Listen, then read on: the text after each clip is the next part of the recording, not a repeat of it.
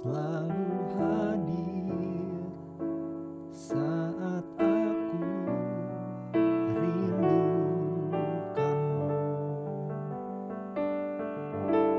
Kau yang selalu setia menopangku dengan kasih setia,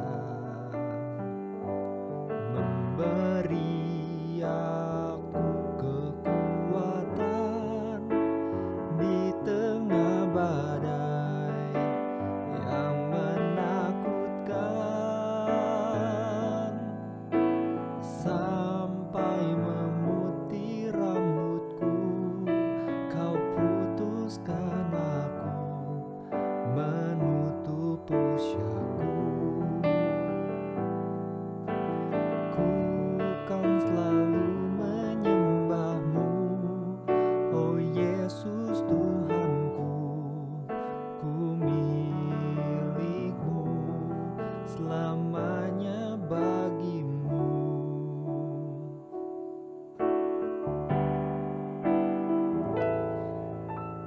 Kau selalu hadir saat aku rindukanmu.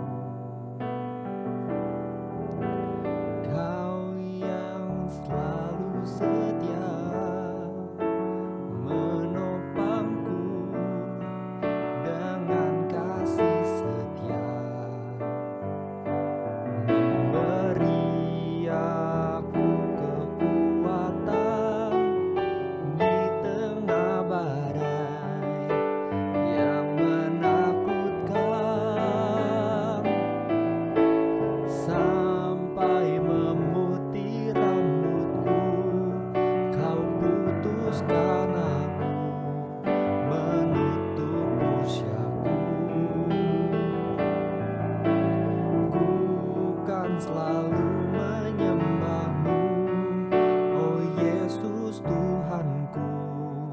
Ku milikmu, selamanya bagimu. Imamat pasal yang ke-17 ayat yang pertama sampai yang ketiga.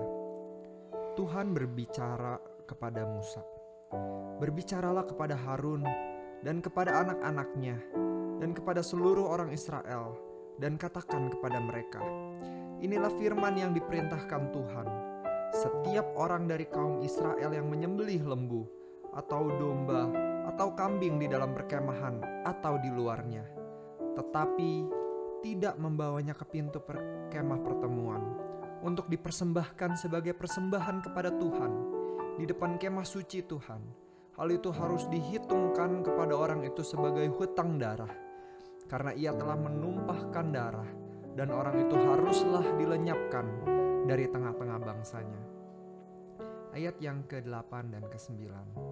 "Dan haruslah kau katakan kepada mereka, setiap orang dari kaum Israel atau dari orang asing yang tinggal di tengah-tengah mereka, yang mempersembahkan korban bakaran atau korban sembelihan, tetapi tidak membawanya ke pintu kemah pertemuan supaya dipersembahkan kepada Tuhan, maka orang itu haruslah dilenyapkan dari antara orang-orang sebangsanya."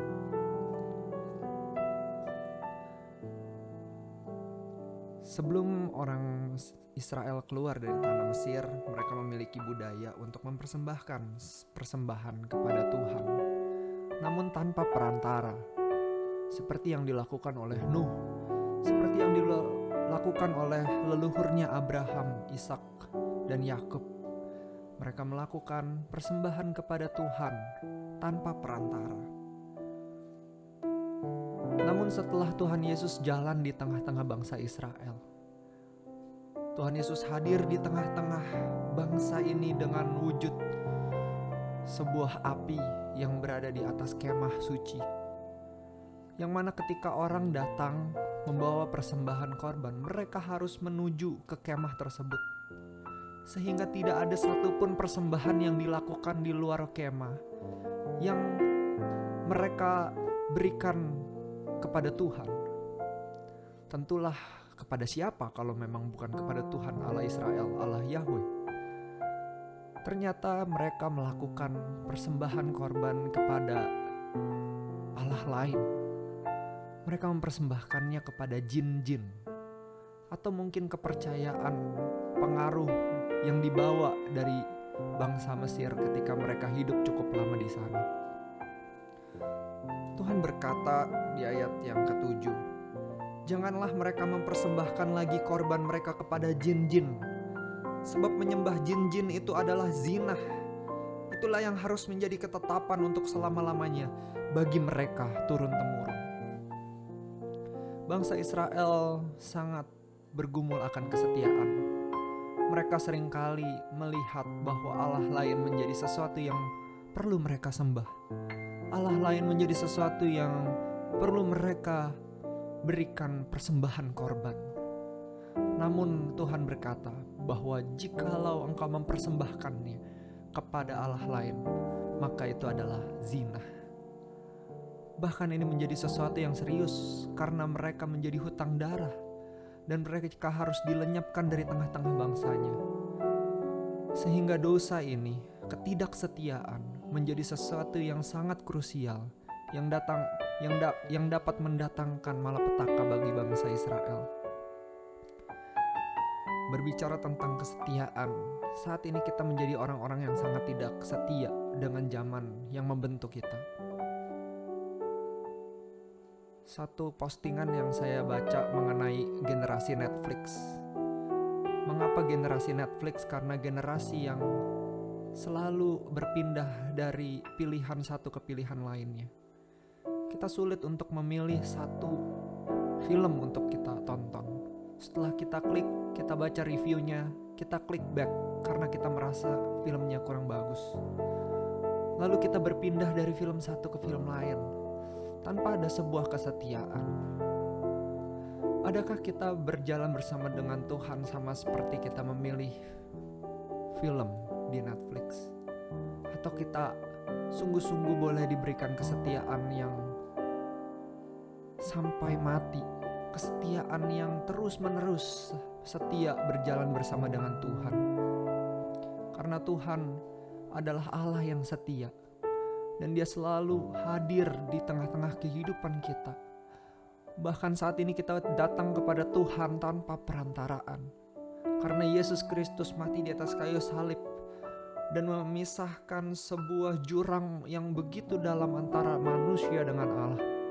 Sehingga manusia dengan Allah boleh berelasi kembali dan memiliki persekutuan di dalam sebuah persekutuan yang indah di dalam Tuhan, di dalam tubuh Kristus, di dalam gerejanya. Adakah kita sungguh-sungguh mau setia sampai menutup usia kita, berjalan bersama dengan Tuhan yang setia?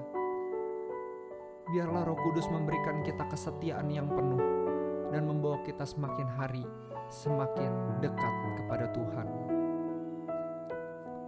Mari kita hayati lagu ini bersama-sama.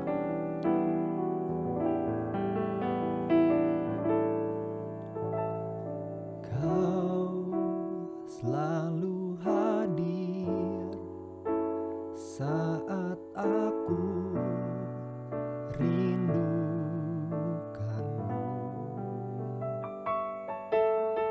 Kau yang selalu setia menopangku dengan kasih setia, memberi aku kekuatan di tengah badai yang menakutkan, sampai memutih rambutku. Kau putuskan aku menutup usiaku.